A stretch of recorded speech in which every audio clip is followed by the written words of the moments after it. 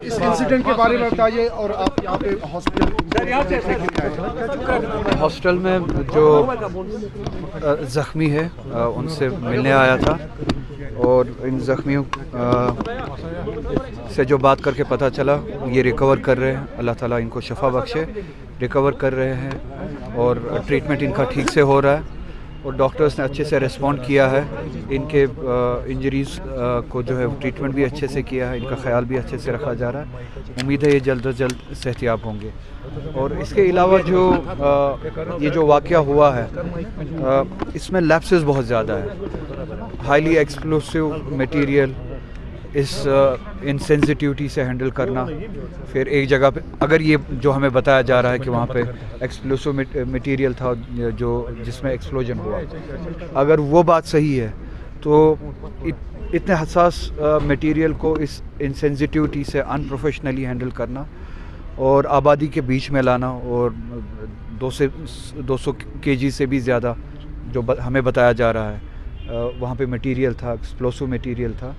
وہ آبادی کے بیچوں بیچ لایا جائے اور ان پروفیشنلی اس کو ہینڈل کیا جائے، کوئی پروفیشنل ٹیم نہ ہو، سینسٹیوٹیز کا خیال نہ رکھا جائے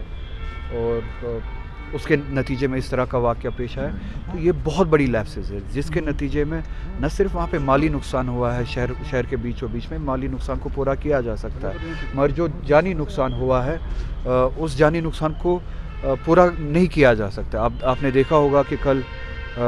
کتنے لوگ اس حادثے کا شکار ہوئے، اس کا اثر نہ صرف ان کی جان گئی ہے بلکہ ان خانوادوں پہ، ان فیملیز پہ بھی عمر بھر رہے گا۔ تو جتنے بھی لیپسز ہے اس میں اگر یہ کہا جاتا ہے کہ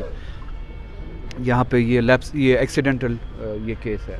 تو وہ لیپسز جس وجہ سے یہ حادثہ پیش ہوا،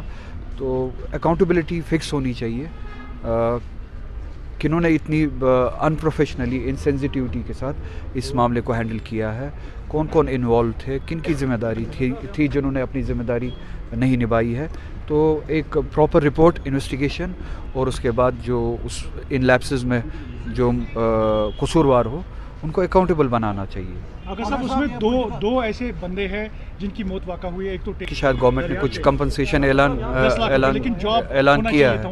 تو اس کے علاوہ ہاں آپ صحیح کہہ رہے ہیں، ان کو جاب بھی ملنا چاہیے کیونکہ وہ بریڈ ارنرز تھے، اب ان کے بعد پیسے سے کمپنسیٹ نہیں ہوتا ہے، اور ہاں اگر تھوڑا سا راحت ملے، اگر جاب ان کے گھر والوں میں سے کسی کو دیا جائے تو وہ اپنی فیملی کو آگے چلا سکتے ہیں۔ میں بھی دیکھتا ہوں اگر ایم پی لیڈس میں اس کے لیے پروویژن ہوا، کیونکہ جہاں تک میری علمیت ہے پروویژن نہیں ہے، اگر پروویژن ہوا میں کوشش کروں گا کہ ایم پی لیڈس میں سے بھی انجرڈ کے لیے بھی اور جو اس دنیا سے نکل چکے ہیں، اس حادثے کا شکار ہوئے ہیں، ان کے ریلیف کے لیے ایم پی لیڈس میں سے کچھ دیا جائے۔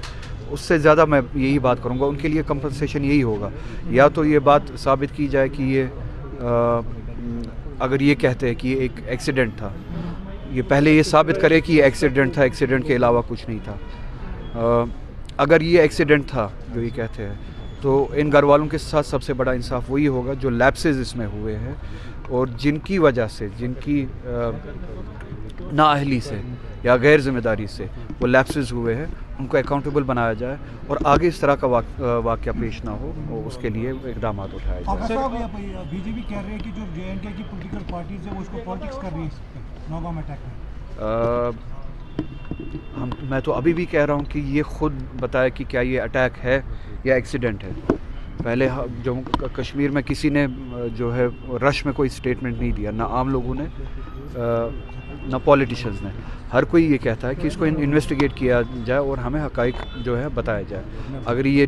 ملیٹنٹ اٹیک تھا یا ٹیررسٹ واقعہ تھا ہمیں وہ بتایا جائے، اگر یہ ٹیررسٹ واقعہ نہیں تھا تو یہ اتنے بڑے لیپسز، اس حد تک لیپسز کیوں ہوئے۔ اب سیاست اگر کرنی ہوتی تو میں اپنے اسٹیٹمنٹ میں یہ بتاتا کہ وہ گورنمنٹ ذمہ دار ہے، یہ گورنمنٹ ذمہ دار ہے، کیونکہ ابھی بھی آپ کو پتہ ہے کہ سیکیورٹی،